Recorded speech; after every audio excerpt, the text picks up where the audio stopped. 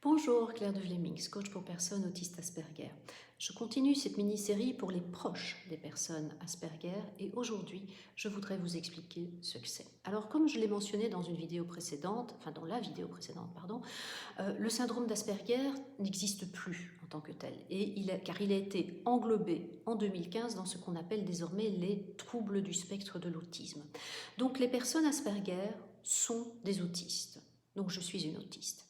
Alors, peut-être que vous avez noté quelque chose d'un peu différent dans mon langage non verbal, peut-être pas. Le fait est que je sais très bien que je souris très peu, je le vois bien. Mais si vous me fréquentiez très régulièrement, vous constateriez que, effectivement, j'ai quelques bizarreries. Alors, il y a 4 critères de définition de l'autisme.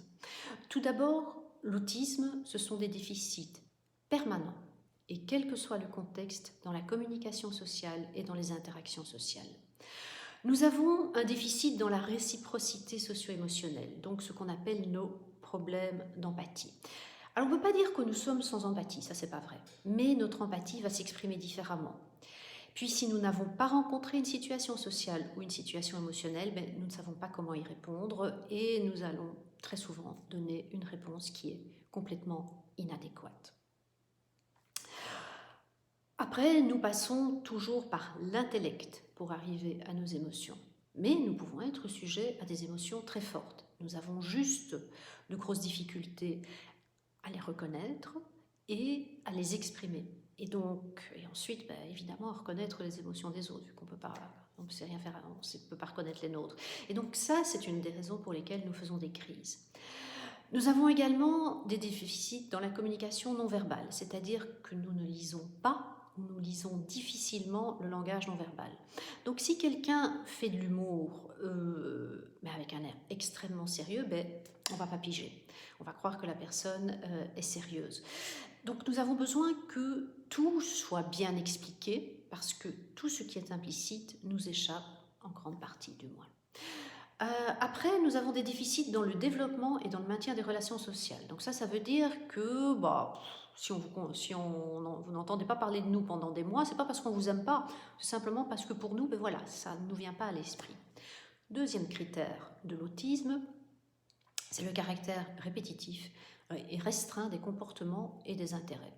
Donc on peut avoir un discours ou des mouvements stéréotypés ou répétitifs, donc souvent les mêmes mots ou souvent les mêmes gestes. Chez les femmes, c'est quelque chose qui peut être extrêmement discret.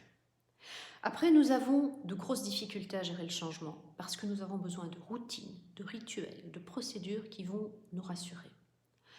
Puis, nous avons des centres d'intérêt qui peuvent être très particuliers et qui nous absorbent réellement. Là aussi, chez les femmes, les centres d'intérêt peuvent être plus passe-partout, pas systématiquement, mais ça peut l'être. Et voilà, en général, oui, ils le sont aussi. Puis, nous avons des hypersensibilités, notamment des hypersensibilités alimentaires, ce qui va faire que certains d'entre nous ont un régime alimentaire très restreint, entre autres parce qu'il y a des goûts et des textures que physiquement nous ne supportons pas dans la bouche. Chez les femmes, il y a souvent aussi des hypersensibilités au bruit et à la lumière, d'où les problèmes dans des grands repas de famille. En troisième lieu, comme je vous l'ai dit, ces symptômes sont présents depuis l'enfance, vu que nous naissons autistes, mais parfois ils ne commencent à se manifester que quand les demandes sociales excèdent nos capacités limitées. Et puis finalement, tous ces symptômes ont un impact négatif sur notre vie quotidienne, parce que ça impacte nos relations.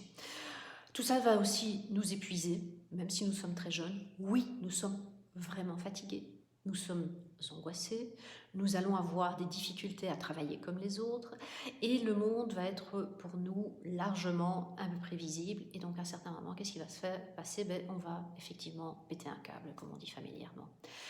Donc sur certains de ces aspects, oui, nous pouvons évoluer, clairement. Sur d'autres, non. Alors si vous souhaitez en savoir plus sur tous ces points et sur nos points positifs, parce que nous en avons quand même pas mal, je vous incite à regarder sur ma chaîne YouTube la série « Qu'est-ce que le syndrome d'Asperger ?» Dans la prochaine session, nous allons revenir à Noël et à votre belle-fille et je vous expliquerai ce que vous pouvez faire pour que vous et votre belle-fille passiez un bon déjeuner de Noël cette année. Entre-temps, je vous souhaite une belle journée, une belle soirée et je vous dis à très bientôt.